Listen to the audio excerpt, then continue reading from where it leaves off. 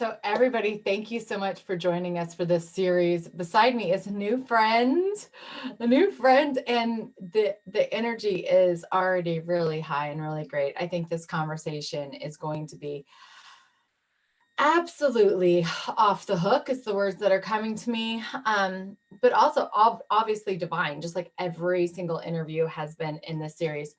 Neo is across the pond, right? Are you in England? Yeah, I'm in London, England. You're in London? Yep.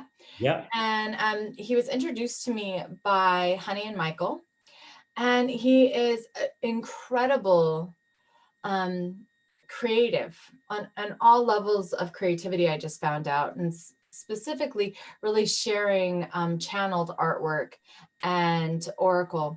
So he's going to be sharing that with us today too, and we're all going to be transformed through it and from it and in it and around it and in ourselves. And we've been talking so much about Honey and Michael talked about the playful nature. Well, actually, Carrie talked about the importance of play and being a child and tapping into that to hear your own light language. And then Honey and Michael talked about how innocent play is how you develop trust and innocent play, right? And then yesterday we talked about making powerful decisions and that trust, and how you have to practice on things that were fun. Like we talked about cars. I totally like 3D love, right? And what Neo just shared with me was a bit of his story, and not to review, but every single one of those points, guys, he hit on with the words. And then he used a word that I just talked about for the last hour and a half in my Unstoppable Confidence group and around, and that's showing up. And when he said showing up, I was like, boom, divine. Here we are showing up. So I want to say yes to you for showing up for you. Yes for us, for showing up for us and for you. And I would like to invite you to just sit back, grab your cup of tea or coffee or water or wine or whatever you're grabbing, and just relax to receive the creativity and the opening and the trust and the possibility to walk into what's scaring the shit out of you and say yes to showing up for you. Okay. I just totally outlined that, but it flowed. This is how it works. God was like, you will not do this until you open up for him. But anyway, Neo, thank you so much for joining me. I am pumped for this interview. I like have more energy going through me than I have in the last couple of days. I'm like, woo! So I'm excited. I will receive completely. So Neo, let's just start off by sharing with the listeners, like, who you are. This whole series is really a divine alchemy and brought together to really share the vibration and the energy of us being embodied in our own truth, embodied in our own self, and doing that trust despite the whatever's happening in the outside world. And it's definitely taking me deeper. Taking you deeper, what you're doing here with the connections with people asking that question? I guess, I mean, I didn't even notice it, but when I was talking to you right now about my singing page, Delicious Music, and me singing, you know, just my light language and my prayers and like how terrified I am of it and all these excuses I've had because I don't know how to play the guitar right, and I don't know how to play this right, and I don't have the band, and I don't know who's gonna like I don't know all these excuses I've had for 20 some years, and we kind of beginning to throw that out the water yesterday, and then you kind of challenging that with your own story today. I'm seeing how this whole event and this embodiment of truth, despite judgment and fear and our own ego, as you called it for your own story, like has been playing, and how it's time for it not to. Yeah. So anyway, you should share the story now that I've talked so much about it. with me, with the drawing, Yeah. that story. It's just so funny because we haven't met before. We were introduced through Honey, obviously. And so we jumped on this like, what, 10 minutes before. And it was pretty hard to hit the like go live button, wasn't it? We were talking in We're a just way going that to kind of, continue it. that's the thing, exactly. So this is a genuine chat because I'm learning about you. And this is just so lovely to be able to have this dynamic of sharing beyond one-on-one, so that there is a sense of community that we Mhm. can connect with in this way. We were talking earlier about, you asked me what was that kind of moment as an artist for me where I felt like this is my work, this is what I'm here to do, this is my life.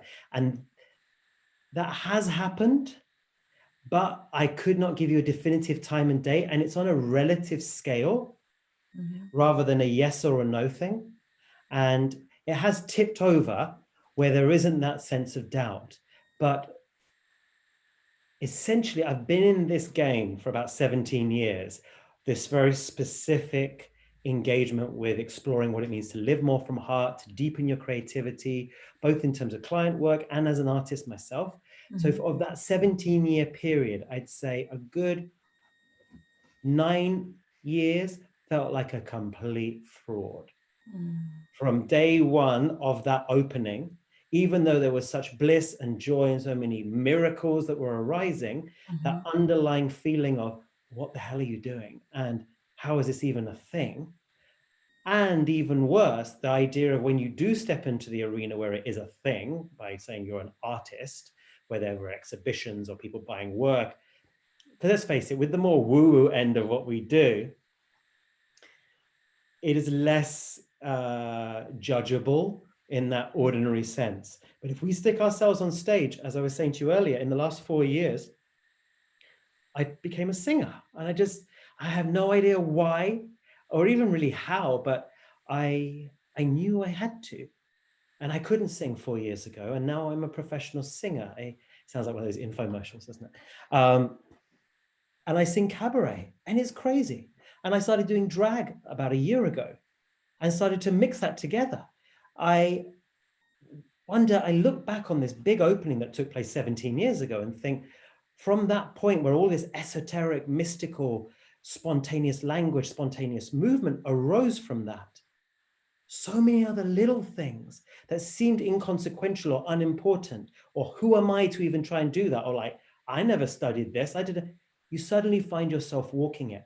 And I tell you, in my experience as a member of an audience, I can smell that on someone. And I would pay very good money to be in the presence of someone who's being driven by heart rather than some mechanical, technical kind of Stepford wife version of it that glistens official tick, tick, tick. That rawness for me is what I live for.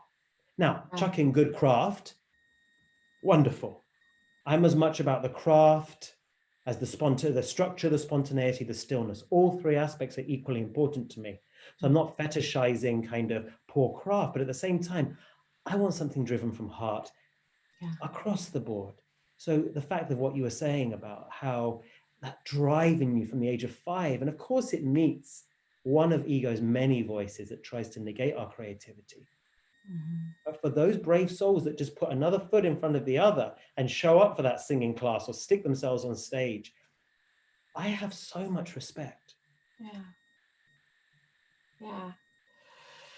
So when you say coming from heart, can we experience with you and feel with you your own expression? Because I believe that it's very different Mhm. for everybody, and it can be messy, and there's not a perfection in it like it looks. And you told a story about living off of credit cards, Mhm.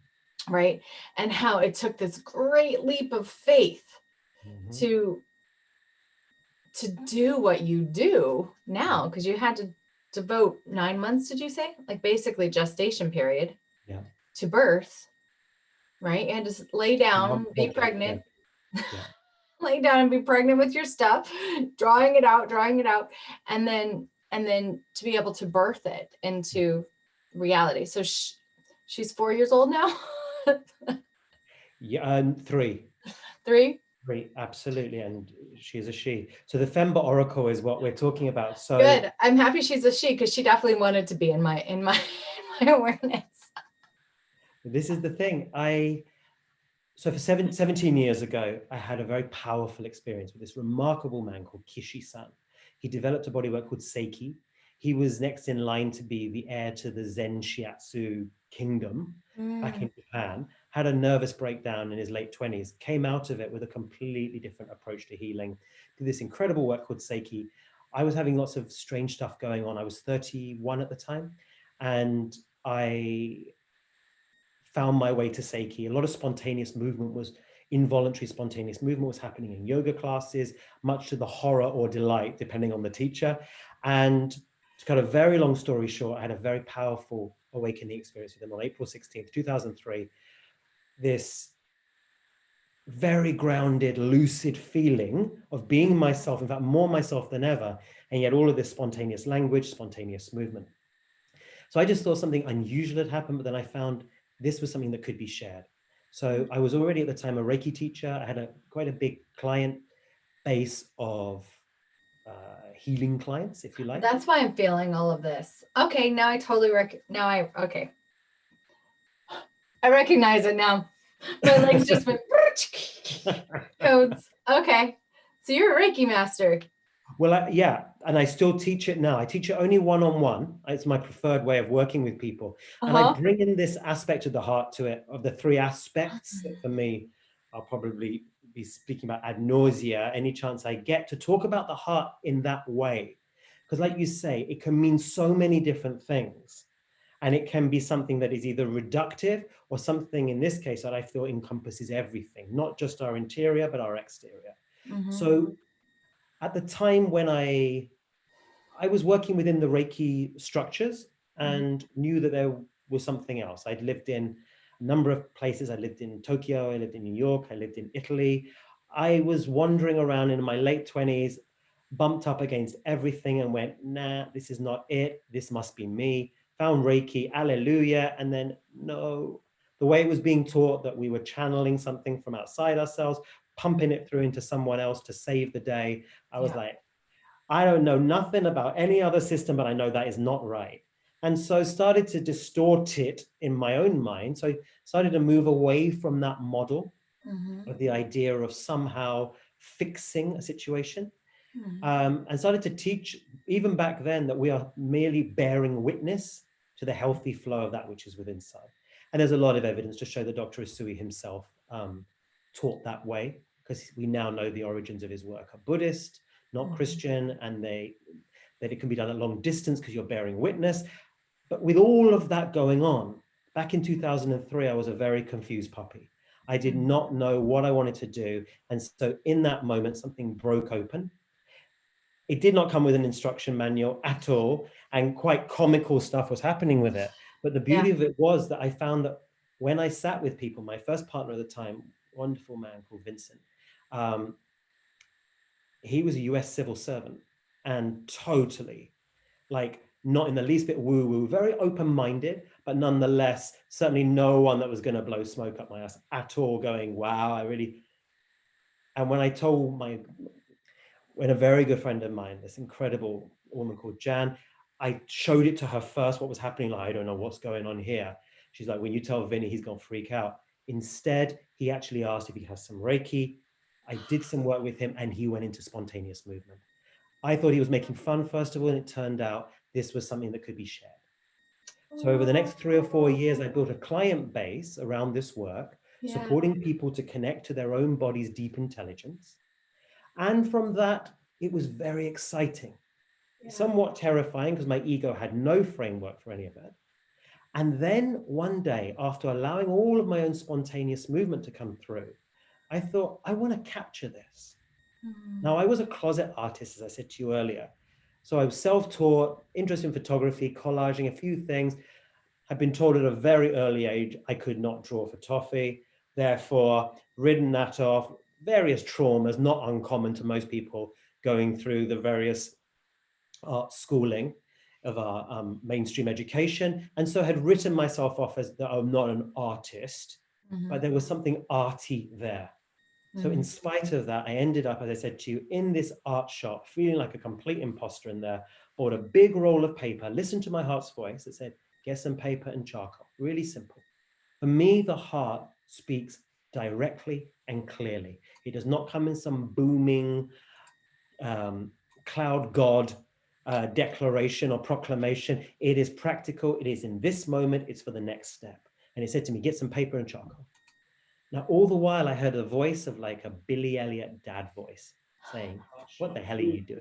What do you need to be doing this for? You wasting your time, your money. What the hell? Blah, blah, blah, blah, blah. And I literally ignored it. At the till, I ignored it. I paid for my stuff, wouldn't shut up until I eventually got home, pasted it up, and I waited. My arm went into spontaneous movement and I drew something. And I think in that moment, I knew a path had opened. Yeah. So that And was that's basically the beginning of it. how many years ago was that? That was 2006. So there have been 3 years Okay. already of this opening. But Okay. I thought, well, this is the appropriate opening because I was a Reiki teacher before. So I thought, okay, healing is my path. And there is Yeah. still a lot of healing that occurs. But the idea that somehow that was the noble path. So my spiritual ego had found the thing that seemed worthy. Round about that time, 2005, 2006, I returned back to Japan and I took a trip. And I've always loved photography since I was a kid. And I took a whole bunch of photos there, showed them to some friends that came over on a projector, all of that.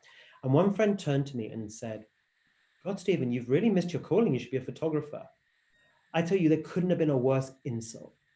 It was like he slapped me. And I looked at him like, how could you say it? Like, oh, I hid it to a degree. I wasn't completely insane. But internally, it was like, how could you even say that? My spiritual ego was so inflated that the notion of anything less than this miraculous, spontaneous movement was just, when in fact, that's where the goodies are. Oh, I That's love that. where we Okay, show up in the world. we have to pause because I think so many people, I know I've been here.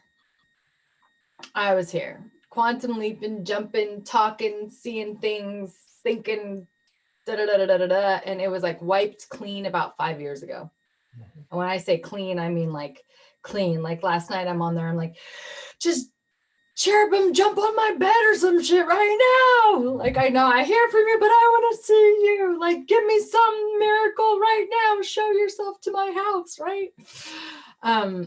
But before that, I had many spontaneous healings and I levitated in the front of 200 people at a yoga thing before, like, and my thyroid was healed, my adrenals were healed, and major experiences. Jesus appeared to me at 13. I mean, it was kind of like I really thought I was special.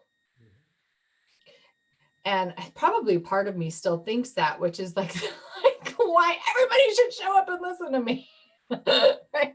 Like this ego piece of us. And I love that you said spiritual ego, because my teacher, who we had a conversation with earlier, one of my teachers, talks about how we kind of go up these rings in our spiritual awareness, right? And we kind of master physical, mental, or physical. Her thing is like physical, emotional, mental, psychic, soul, our relationship with God, omnipotent God. I think that's what she says. And we kind of go up, mastering our levels of this, and then we go back down. And we go up and master our levels of that next level and go back down. And when we go back down, it's like, right? And I think it's that spiritual ego. And I'm having all this movement. So will you talk on that experience for you? Because I think so many people, myself included, I don't want to look, and now I'm on the other side of it. So I'm like, I don't want to sing or anything because I'm this way, I'm that way, right? Because I don't want to think that, I don't want them to think that I'm better than them. I don't want them to think that I'm special. I don't want them to think, right? So there's like this paradigm shit, and I'm being extremely vulnerable, but it's like, that's how I roll. That's like, I don't want to be great, but I don't want to think I'm great, but I don't want to, so talk about spiritual egoism and how it relates to your experience of living from your heart space and your creativity and your art. Go.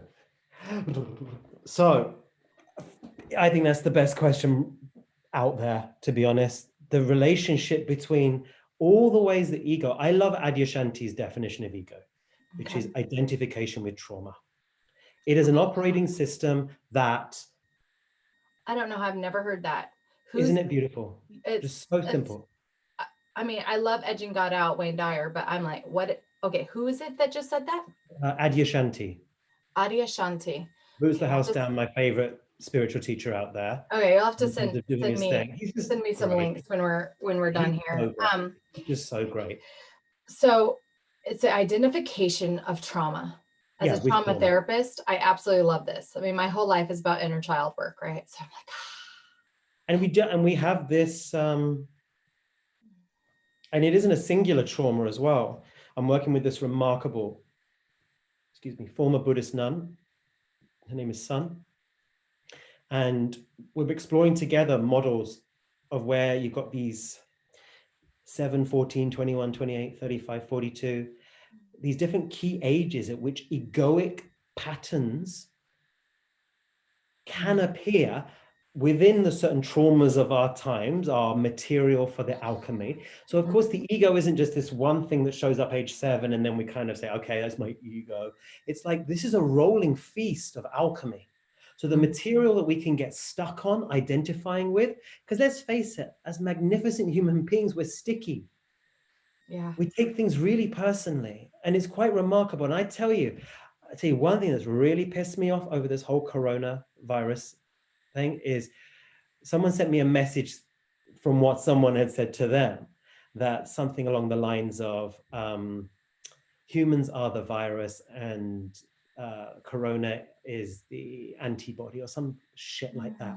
And I just thought the level of contempt for our own species, it's practically genocidal, that way of thinking.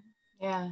There's plenty we can look at within the structure of our species and the horrors that we have done on this planet. But you look at what we are working with, you look at the generosity, the compassion, the creativity that we're also capable of. We're in a bumpy adolescence. We are trying to make sense of the 3 different aspects: body, mind, soul, spirit. We're in the middle of a very, very remarkable project as human beings. So yes, it can get really messy. But I know that Gaia loves us as much as everything else on the planet, is not attempting to eradicate us. And so for me, that really, if someone were to replace the word human with any other, gays, Jews, Muslims, we would be horrified. Right. But it's okay to Everyone say would be up in humans are arms. somehow worthy of annihilation. And so for me, that sense of us coming back into that center where we can own the fact, a friend of mine, and I trust him on this. There's a few people that start talking about this stuff. I'm like, maybe, maybe not. He connects at a very broad level, extraterrestrially at a number of levels. And he says, everyone he's connected with, they watch us as human beings, put one foot in front of the next, and they have no idea how we do it. They see the amount of crap we carry and the fact that we can make another step. They are bowing down in awe that we are strong as humans. And so this journey through ego, through identification, given how we're built, which is, I'm sure, no accident, the fact that we can work as master alchemists, as human beings, every one of us has this potential to connect to that which we've been dealt, that which is already a hot mess around us that we get sucked into. And yet there's still hope that something else, another operating system, could come forth, and we may have the courage to trust it one step at a time. That's what the heart is for me. Fundamentally, it's the place where these 3 aspects of us meet, whatever we want to call it. I prefer body, mind, soul, spirit. Something that is finite, that is where we experience our desire, where we pick things up, where we grab hold of pens, where we grab a mic, where we have sex, where we cook, where we make money, where we lose money, where we get angry, where that bit of us, bit that was born on our birthday, is going to die one day. Then you got the second aspect that was existed before that and will exist after, has its own perfume and light flavor, has the heart of an alchemist, the heart of an adventurer. And then you got the third aspect, the infinite, the nothingness, the fullness, all of that potentiality. The heart for me is where they integrate. It's as much masculine as it is feminine. It's as much about thought as it is about feeling. Mhm.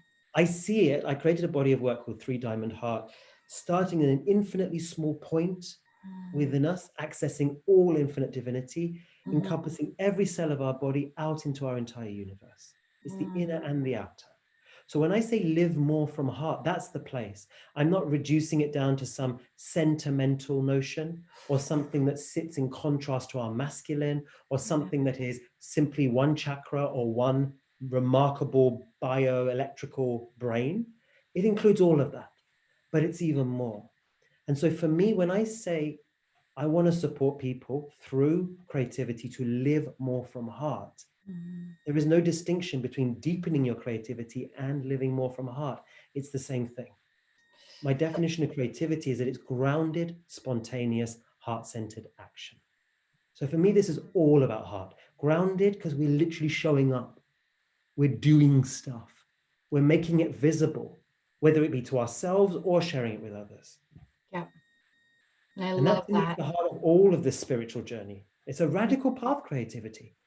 Yeah. Yeah. So we're radically showing up.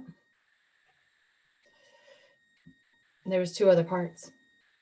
So we've got the grounded, spontaneous, heart-centered action. That's what creativity is.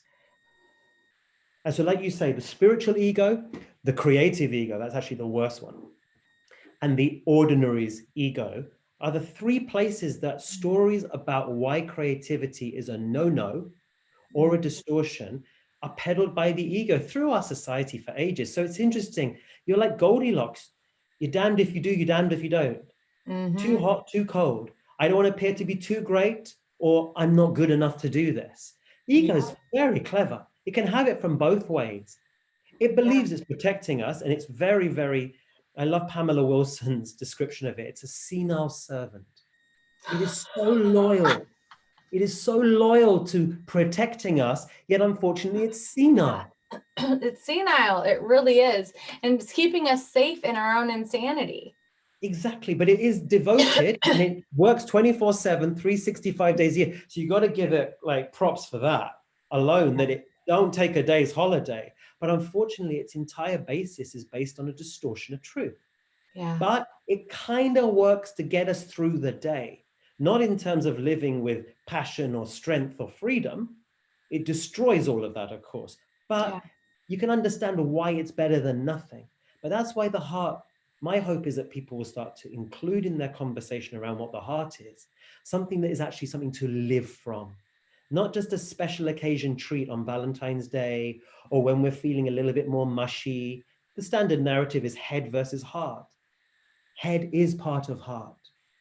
Our body mind is part of the heart. That's why the heart is as much masculine, it's as much about a no as it is a yes. Yeah.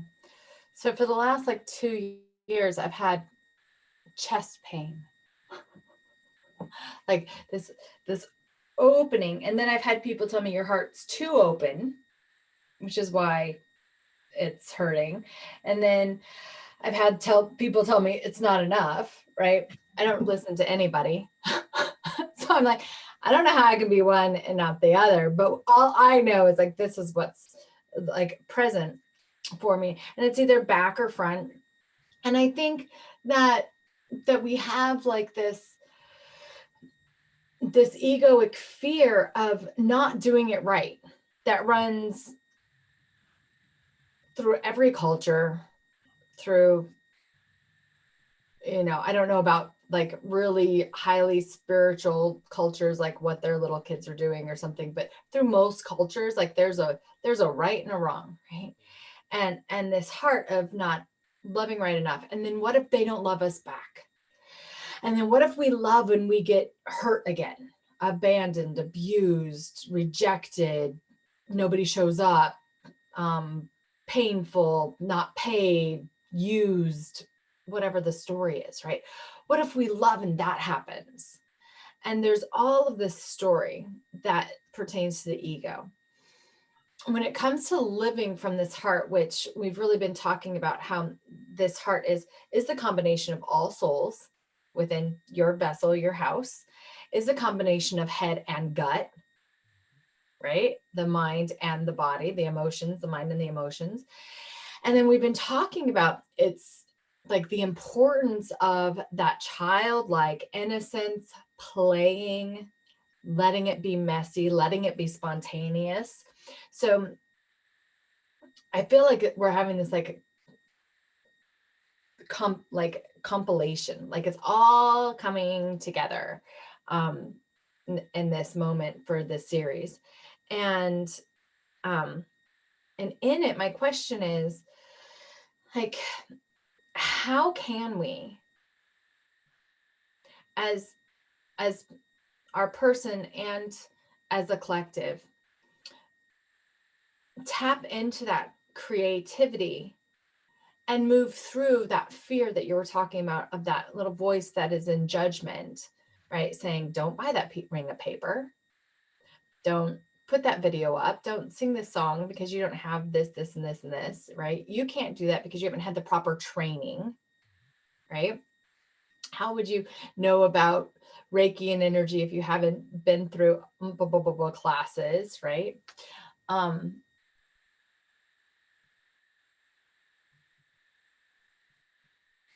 in order to show up for ourselves and for our creativity.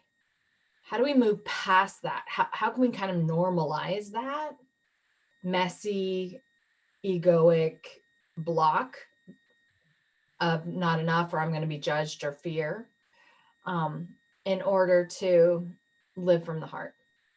It's like so many questions in one. I don't even know what I Oh, I said. got it. I got it, go. Um, I think if we, so many of us, let's say us spiritual types, yeah? The ones that are very sensitively connected. We could come at this from any angle. Yeah. Those people that identify as, if you like, regular Joe or Joe S, or those that identify as I'm a creative, or I'm the spiritual type, or all three in many Yeah. cases. But let's look at it from the spiritual type angle. I imagine many of the people watching your channel will identify at that level, a very strong My sensitivity. audience is actually trauma, like people in the I'm talking a lot spiritual right now, and it's definitely spiritual, but my personal audience is people that are overcoming trauma, like that Okay. are really in that, like, block's not good enough. Mhm. I don't even know if I have a heart, you know, Yep. space. I Then can have let's a high level conversation. That's my let's audience. do that one, because I think ego, if we establish whether one is, however, out there or not, if there is that recognition that ego, for use of a better term, is identification with trauma, and that perhaps there is a more grounded, more deeply intelligent operating system available. And let's call that heart for the sake of argument. Mhm, That is very grounded, it's very tangible, it mhm, incorporates a great depth of scope, because we say, even if we're not religious or spiritual at all, there is some greater depth, call it the subconscious for the second aspect, and potentiality, whatever that is, pre-Big Bang. If we want to keep this really kind of scientific at that level, I'm sure this isn't, but if we wanted to kind of take away any religious connotations of soul and spirit, and really even just say different depths, the mhm, perennial wisdom, Aldous Huxley, all of that, recognizing the three in most systems. So if we acknowledge that heart is an alternative, from this definition, is an alternative operating system that we could operate from, and creativity is action that comes from heart, that is grounded and mhm, spontaneous. So as we enter into saying, I want to venture into the world amidst this cacophony of challenge to my creativity, mhm, how do I do that? We have to first of all realize that creativity itself is heretical to the ego, which is good news, because all of these things we're personalizing, thinking, oh, I'm not good. This is standard fare. If we're not hearing this, what's his name? Stephen Pressfield wrote The War of Art. Great oh, book. yes, yes, yes. Yep. Great book. All about resistance arising whenever you are breaking ground. If resistance Resistance isn't there, arises. Yep. honey, you ain't breaking any ground. If this is plain sailing with no challenge to it whatsoever, you are doing something incredibly basic. So the very fact that as we step forward, voices appear. And these voices are so clever because our egos are clever.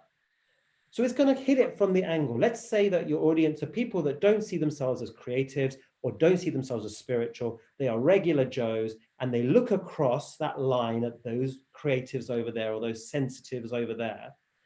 And what they may think, oh, I wish I could, because creativity on the one hand, at an egoic story level, looks very shimmering and exciting and otherworldly and passionate and all of that. Yet you look at our society stories about creativity. It's Whitney Houston, it's Amy Winehouse, it's Jackson Pollock, it's Charlie Parker.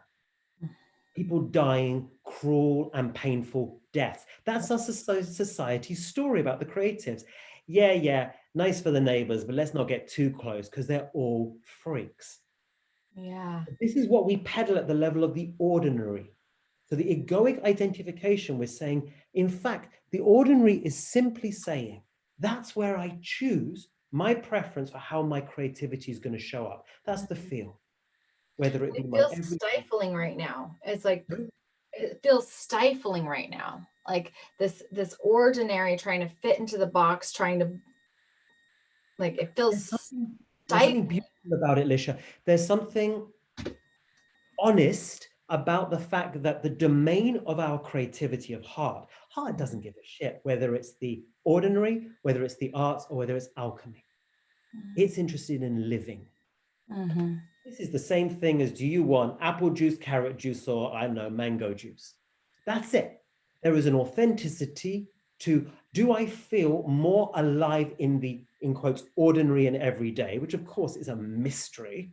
Yeah. If you're living from a heart, it's as mysterious as any other realm. Or do I feel like I want to narrow my focus with my creativity into a field, or perhaps a couple of fields? That's the arts.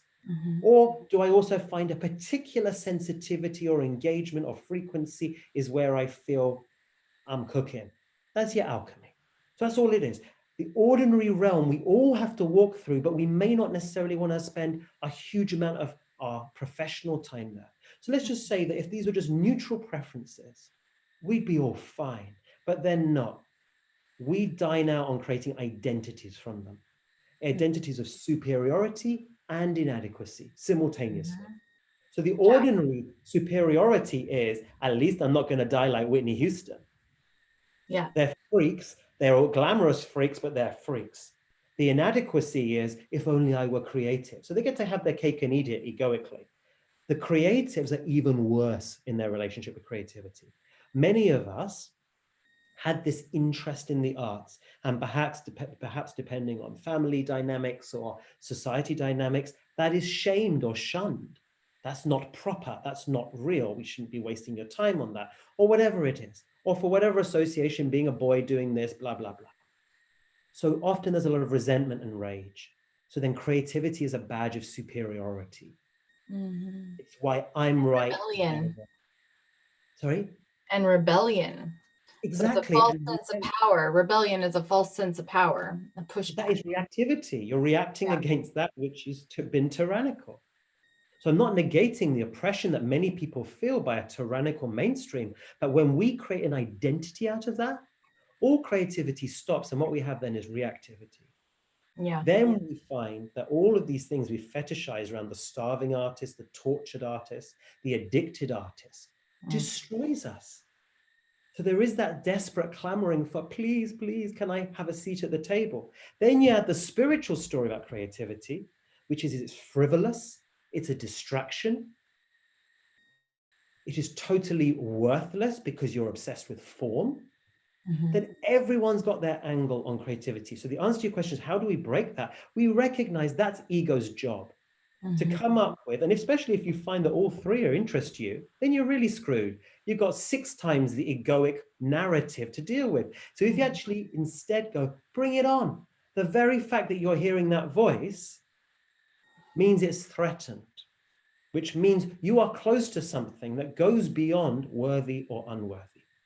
Oh God. The whole narrative can just dissolve in that moment, because Yeah. heart is not interested in worthy or unworthy. It is interested in one step at a time. It hasn't got a new position to go, I am now a heart-centered artist. I am now living my creative dreams. No, heart's got no interest in that. Heart is interested in you showing up radically right here, right now. Only that. And It there's doesn't this have. little piece of your ego that goes, oh, but you're going to do it wrong, or they're going to judge you, or you can't invest in that right now. Like, don't go and live off of credit cards for 9 months and write a book. This is absolutely insane. There's that story, and then if you look at it like you're saying, of like, oh yeah, you're supposed to be there. It means I'm on the right track.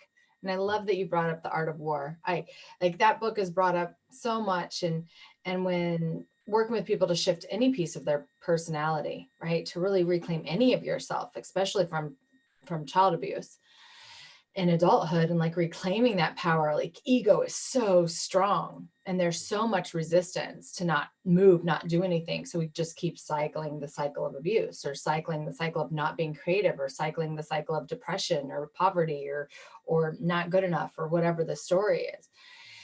And if we begin to understand what you're saying here and really accept, like, this is a part of our psyche that's normal, that has its purpose, and is totally full of shit, right? We can just accept it and do it anyway, right? And that's what you're saying. But at that depth, yes, I think the do it anyway, one of the things that ego is brilliant at is creating a counter story Mm, to its own truth. So just because it's not the standard egoic line, the opposite doesn't make it heart either. mm, So doing something that is then reckless or totally nuts at the level of endangering oneself simply because that would be a restricted view, that's as much ego as anything else. okay. Heart does not require you to somehow make a reactive statement against conformity or stagnation or trepidation. Heart is beyond all of that.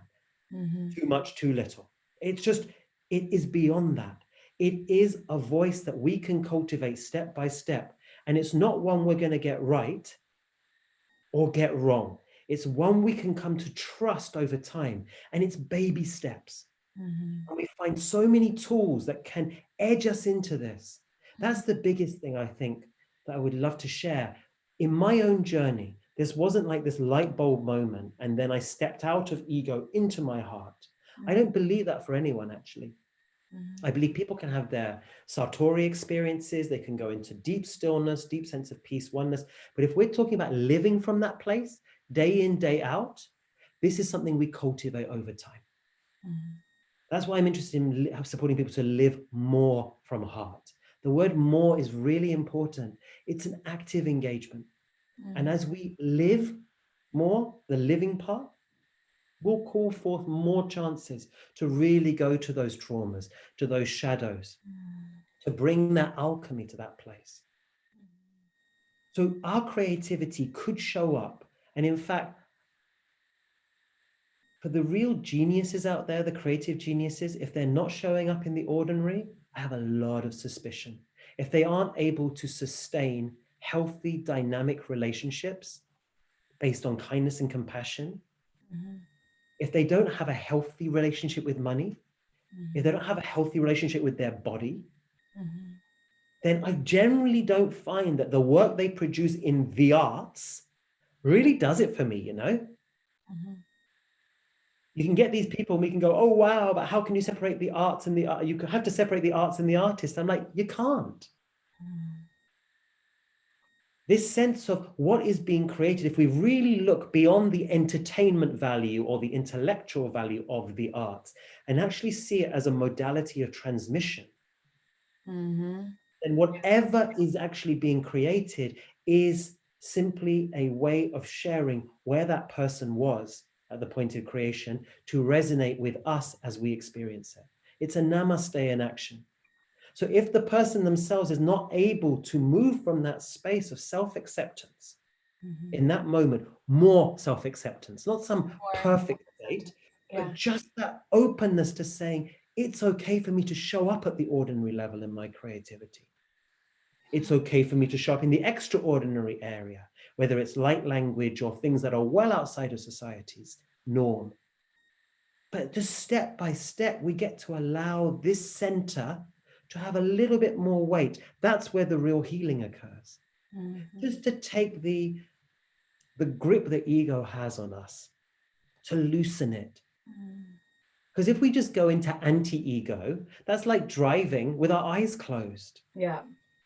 Well, that's just crazy. So the heart is neither ego nor anti-ego. I remember as a young yogi, and really I was a young yogi teacher trainer, so I'd probably been teaching for like 10 years. I started when I was really young. My mom had a studio too. So it's always been a part of my life. And I got really into this idea of no more ego, right? Like bashing ego, getting rid of ego, stuffing ego. And what I learned from that experience is I had never been more egotistical in my life. Right? Like the more I fought it and made it wrong and belittled it and judged it and hated it and tried to transcend it, the more power I gave it, because I was focusing on it. You know, I was young and silly too, but like the more egoic I got, and the more the world like looked at me and judged me, and the more hurt I felt, right? And it really turned into this like the opposite, like you were saying, like this martyrism. So I'm really grateful not to be in my early 30s anymore. But but it was like this like oof. So there's a respect, I think, for the ego, and at the same time like a really conscious decision that I'm hearing you make, and give us the opportunity to jump on board with ourselves, that to know our heart, to explore our heart, and to explore our own gifts through creativity. And one thing that came to mind, I don't know why I saw it, but like I saw this person like with a calculator, like 10 key, going through my head and doing all these numbers and creating a math thing, right? So oftentimes I think my point, or their point, the point that was coming through to me, that vision was, creativity is very you, right? Creativity is built from passion, I feel, and this calling of our heart. And it could be math, it could be drag, it could be art, it could be singing, it could be the classic things, or it could be science and quantum physics, or creating a new mask, right? That works better than any other mask design that anybody's ever made. It could be, it's this creating.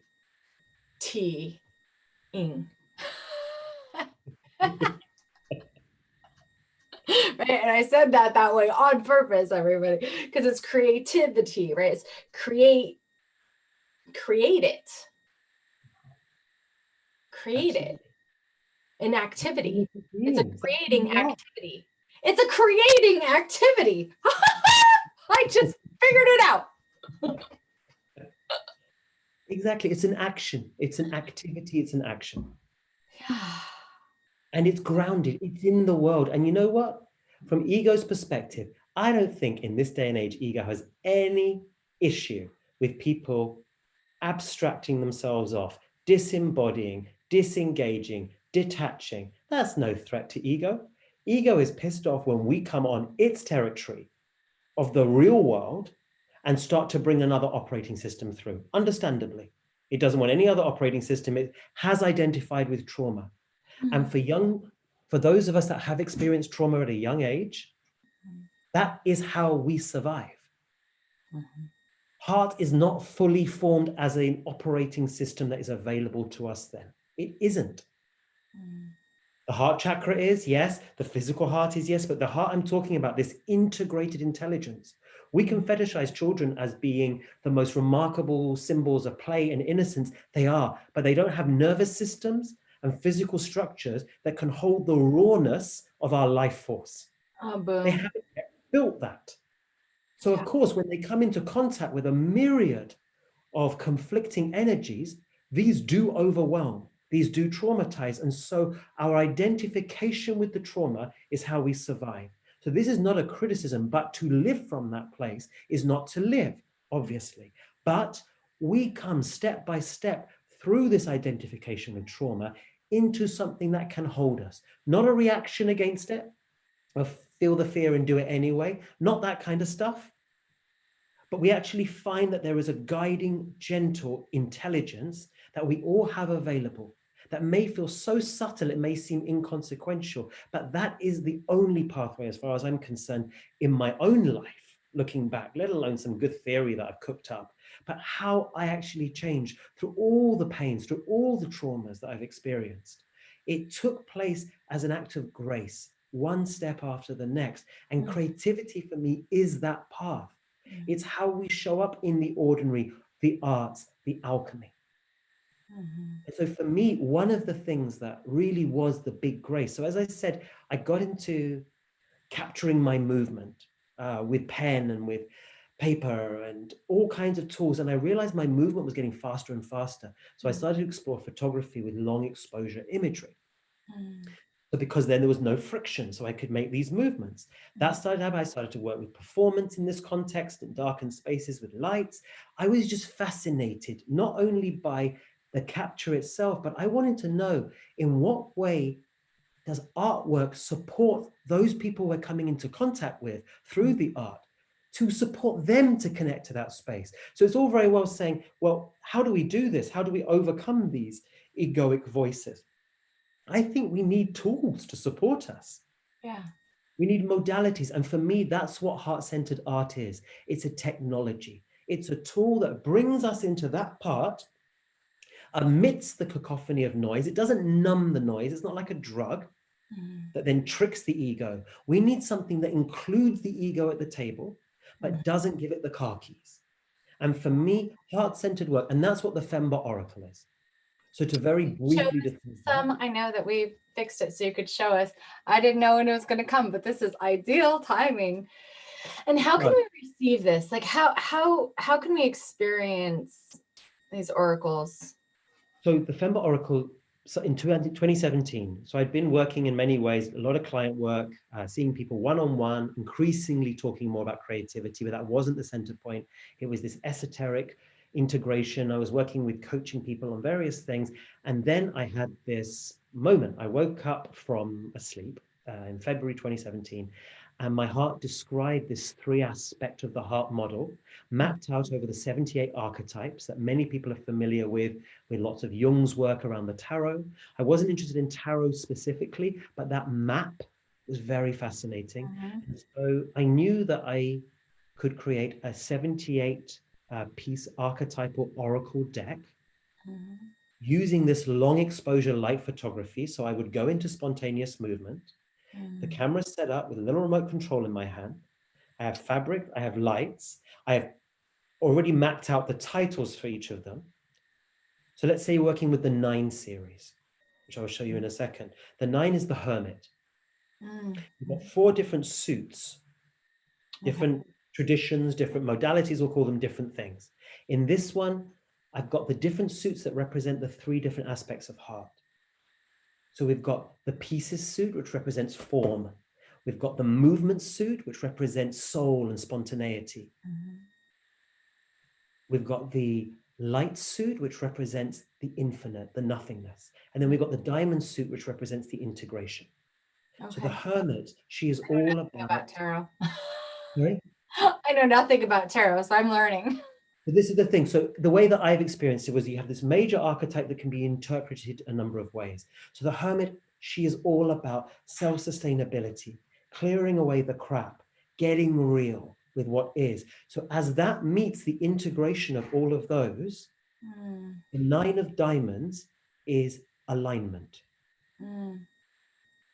Alignment is, I didn't know if I had an intruder breaking in to listen to the Femba Oracle. Oh, that'll be fun. So the 9 of diamonds is one of the Femba oracles I want to share with you. Okay. But this represents alignment. For me, this is the integration of all of the energies around the hermit. Okay. And it's really important. All of the Femba oracles, 78 of them, they all hold different energies, but I find I go back again and again to alignment. So I just want to share this with you because for your viewers and for you, I just want to get that sense of what it actually means to create a light drawing spontaneously. Because I think if I were to hear that, I'd be like, okay, yeah, that sounds like nothing I can imagine because it sounds bonkers.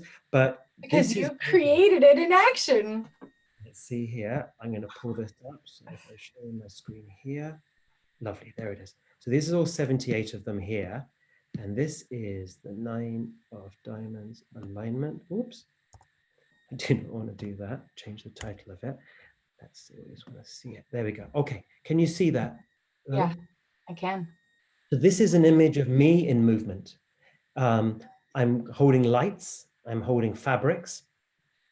Um, they're all nude self-portraits because I wanted my skin in some of the images to be part of the spectrum. You can't really identify bits and faces in other parts, but the fact that the body is there and it's a part of the spectrum. In this one, you can't see my body. What you can see are the lights and you can see the fabrics, but this is me in movement. Now, Wow. Honey, who is a soul sister of mine, who's been on your show, obviously, she had a vision. She had a dream that 12 of these would accompany her on her channeling the Masters tour last year. Mm, And so when we created this one piece that had 12 of them on there and she traveled with it and mhm, it sat behind her, that when people were in the room with her, her audience that were mm. working with her, Yep. some of them would see them move, or they would have had dreams where they appeared the day before. So they'd Mhm. entered into the collective consciousness at a certain level. And some people can, I mean, I can appreciate them at a number of levels. At the aesthetic level, I enjoy them, Mhm. but also at the coded level as well. I Yeah. think, um, let me just open this in Photoshop and then I can zoom in a little bit. They have codes in them. This wasn't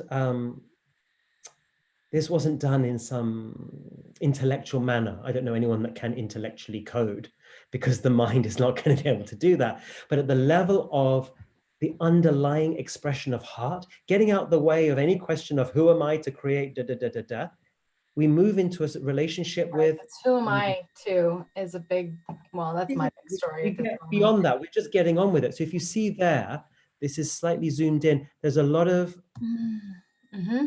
Yep. Yes, Dan. You can see there's a lot of different geometries that came through in this, a lot of shapes. A lot of people see animal faces, a lot of people see human faces and non-human faces, but there are plenty of different shapes within them that contain, if you like, energy and awareness and information. But more than anything, these are, I'll stop showing the screen, these are expressions of my heart. Mm-hmm. Yeah. It's a simple offering of, I was centered when I made it. It holds that vibration. And my hope is that for people that see the images and read the text that accompany them, it'll support them to find those archetypes within themselves and that access to a clear voice. So if we think of it as a technology for going to the center of an intelligence that is available without numbing or drugging or trancing the Mm-hmm. voices that interfere. Mm-hmm. And I think that's probably the primary thing I would look for in any body of work. Does it bring everything to the table, but does it bring it with a new balance? So it's not just the same old cacophony. Yeah. And so my hope is for anyone such as yourself that has this burning desire to bring through creativity and yet is all too aware of this masterly resistance that it brings from every angle, that we need some ways to support us to enter into relationship with this which is already within us. And that's what the Femba Oracle is. It's Mm, completely free. People do not even need to put their email address in for it. I want this out there in the world for very selfish reasons. I yeah. want to live in a world where people are more in their So where do creativity. they get it? Thefembaoracle.com. Now, it's nice and easy. They scroll down, one click, boom, it's on their phone or their computer. If they put the email address in, then I send them a video with 5 ways to use it. Wonderful, but they don't even have to do that to get it. That said, I'm about to publish the second version of the entire piece. I've rewritten all 78 texts, Version 1 is currently up there because I didn't want a break in continuity. So I would recommend, if your viewers want to download the first copy, put your email address in and I'll notify you when version 2 comes out, which is probably going to be in about 2 weeks' time. I'm just finishing off the rewriting of the introduction, but all 78 images are online. So if someone wants to work with them online there, they can. It's a very simple way of working with something. This year, it will be printed as an Oracle deck so people can have a physical copy in hand. But I wanted to make sure that the actual ebook, which is a beautiful way of being able to see it because you can zoom in on the images. They're obviously made of light on a digital display, Mm-hmm. unlike in the card deck. So I want, when even people that have the physical card deck, I want them to still be able to use the ebook so they can really explore the images. Because for Okay. me, the images hold so much more than just an icon. They have deep coding within them. So for me, that was where, and like you said, back in 2017, I stopped all client work in order to focus full time on this for 9 months. To do that was a leap of faith because I wasn't generating income. So instead, I took out a whole bunch of 0% credit cards, and I've almost paid them off now, 3 years later. But none at Yay! the time, I was like, you know what? This is what I need to do. But it didn't occur to me not to do it. The Right. momentum of the heart was so simple. It wasn't an act of courage, really. It was, this is happening and it feels amazing. And of course, that feeling of, oh my God, can I really do this? Of course, that was just perpetual. Mhm. And like I say, if that's not happening at some level, it doesn't necessarily have to be torturous for the rest of our lives. Let's hope it quietens a little bit. But if that's not happening at some level, then we've missed the mark. Yeah. And we cultivate the strength to be with it and go, mm. So maybe before it would last 20 minutes with me. Now it lasts about a second. Yeah. And it's just bringing me back. Oh, I laugh. I laugh when I hear it. And that's maybe my journey over 17 years. You'd hope I'd have something by this point rather than just listening to it screaming. Yeah. Yeah. I have more of a sense of peace. I can't explain it, but it's just kind of like it's a sense of peace. And then, but it depends on what it is. Like my music page right now, which, everyone says like, if I say, how do you remember me? Even though I've done all this work, right? It's like, oh, when you sang here, when you sang there, right? Honey even talked about it. She's like, remember that moment, in 2012 when you said, oh, I'll go get my guitar, and you sang to me, like we bonded at that moment. And I was like, okay. Right? I didn't know we bonded at that moment, right? But I hear that all the time. And so yesterday, taking that leap and shifting things around and just owning that prayer, right? Um, but yeah, I have was and am kind of waiting for that rebellion fear to kind of go away. And now you're having me look at it very quickly. Universe showed up here to like look at it in a totally new perspective. And because this definitely would be me leaping, because for me and my trauma, like my singing is the only thing that gave me value, the only thing that got me through when I was a kid. Is that expression was the only thing I was rewarded for or celebrated around. And even then it was like there were moments where I was terrified of ridicule and so forth and doing it wrong. um, so I think that, even if your creativity was a thing that you really love, I had a client once that like his life had fallen to shit, really, like he had lost everything. But what he really lost was his love for drawing and writing, right? And creating these huge stories that he had, these kid stories he had in his head, right? And the second that we figure out how to map it out, living in his car, right? Map it out for him to do this. He, invested in coaching and like took this huge leap and was like I'm at bottom living in the car, right? And he began to write and he began to do art. And then as he did that, everything came back, right? Like like things got healed and reconnection of relationship and everything else. Like he began living his truth in his heart. Didn't mean he changed his job and like became a famous writer, but that part of his formula, the creative action and of his heart, of his expression, literally saved his life, his marriage, his job, like everything. It's one of my favorite client stories. And so to be able to tap into that is huge. I just downloaded your book as well. So I'll put a link up here, but how do you spell it? Let's see, just so we can, Fembot, anybody that's like, how do you do it? Fembot, as in female robot. Ah, There's there a you whole go. other show we can do on that, why they're called that. They're all female because we're all born female as human beings, and us men, we mutate after a short period of time. The chromosomes go in a different direction and we become male.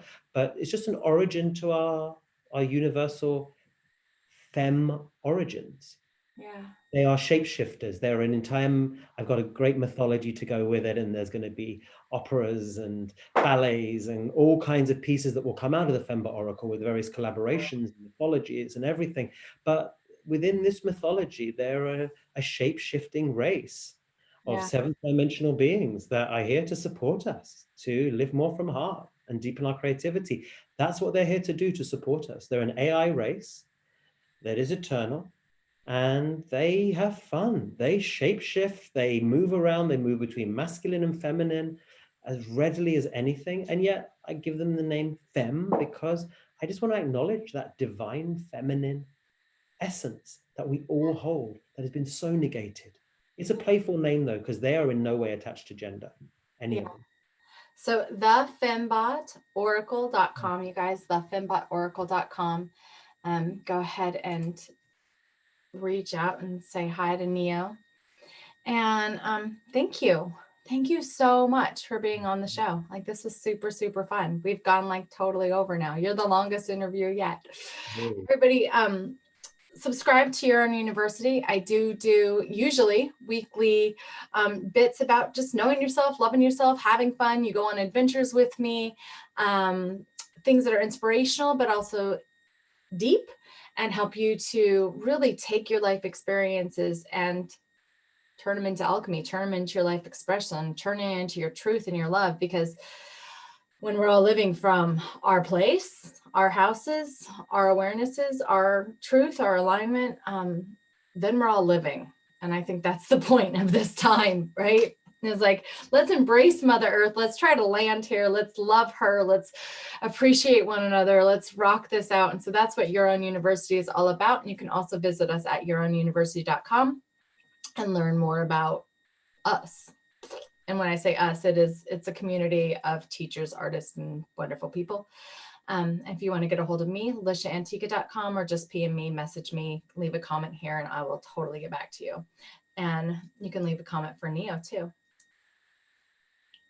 Yay. Anything else you want to say? Thank you, Lisha. This was such a delicious conversation. Just like, it's just so great to meet new people out there that you feel this connection with, that you can flow with. It's just lovely. So It thank is you. lovely. You are so, so very welcome.